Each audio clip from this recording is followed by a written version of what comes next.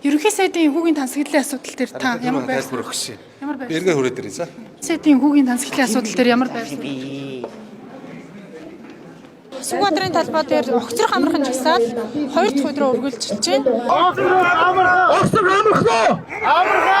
Миний төлсөн татвар, миний аав ээжийн насаараа төлсөн татвар зүгээр хин нэгэн сайдын бэрийн цүнх болоод явж байгааг л хармааргүй байгаа байхгүй юу?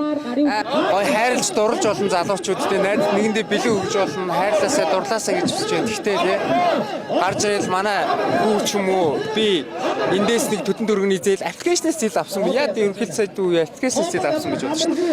Тэрийг л нотолчиход. Ерөнхий сайдын хүүгийн тансаглалын асуудал дээр та ямар байр суурь илэрхийлэх вэ? Одоо залуу суулгатаа огцрохыг шаардаад 2 дахь өдрөө жагсаж байна шүү дээ. Тэг би ерөнхий сайдын одоо хүүгийн ч гэсэн мэднэ л тээ. Тийм тэгээд нэг хайхтар нэг тэгж одоо баруун сулгыг үлгэж мөнгөцсөд ингэ явдаг гэж би яг үнийг хэлэхэд бол бас бодохгүй л юм. Гэж одоо өөрөө тайлбар хийх байлгүй. Тэрөө бодтой тайлбар байхгүй бол энэ бол асуудал мó. Энэ зөвхөн тэр хүүхдүүдийн асуудал биш. Энэ зөвхөн тэр нэг цүнх мөнхний асуудал биш. Зарим нь одоо зөвхөн юу цүнххэн мөнхөн яриад байгаа юм бэ гэдэг байгаа. Үгүй энэ бол энэ чинь авилгалуул ажиллагаа их бага хэмжээ хамаагүй.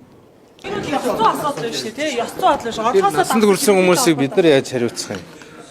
Тийм сайхан хурдан түргэн залуу насндаа баяждаг бизнес байдаг бол бусад залуучуудад зааж өгөхөөсөө л гэж би хүсэж байна. залуусын шаардлагыг буюу одоо орлогын нотол гэж ах шиг нь тий. Энэ бол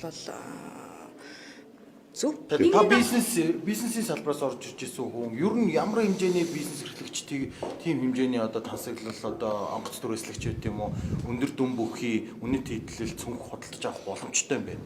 Тэгээ одоо өөрөө хүн орлого тэр одоо нэг хууль ёсны орлого нь байвал хүн өнөөдөр мөнгөөрөө юугаа ийнү одоо лага эднэ лонго эднэ тэр хүний тийм үү. Тэгэхдээ би нэг зарчим барьдаг хүн. Улс төрчийн хувьд би улс төрчийнхаа хувьд эр хүнийхээ хувьд эцэг хүний хувьд ч нэг зарчим барьдаг.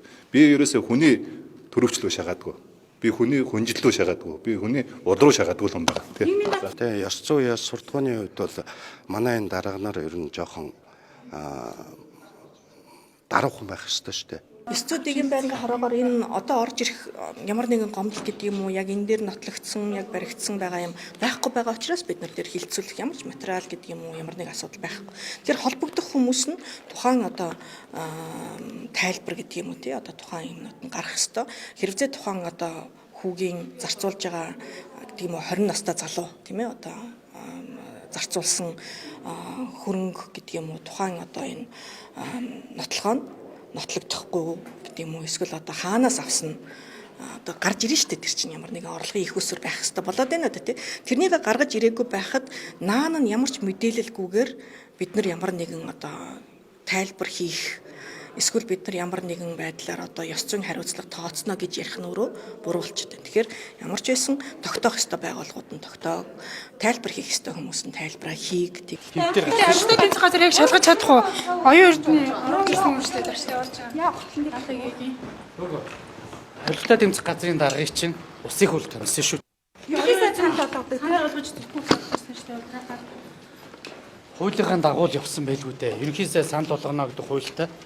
Тэгээд усыг хөл томсон дарга шүү дээ. Одоо хууль хяналтын байгууллага нь үзээд шалгаад зөрчилдөө гэх юм бол тэр чинь шүүх хууль хяналтын байгууллагуудаар одоо эцэлж шийдвэрлэгдэж буруутай буруугүй этгээд ийг нь тогтоох хэрэгтэй байхгүй. Би нэг юмыг бас нэг анзаарал байгаа. Гашуун сухад ярих толгомдлын асуудал гарч идэг. Нэг юм зүйл анзаарч байгаа. Нөгөө талдаа энэ иргэдийн тавиад байгаа энэ зүйл бол зөв шүү дээ. Тий. Ерөнхий сайд ирээд бас өөрөө тайлбар хэлэх бах.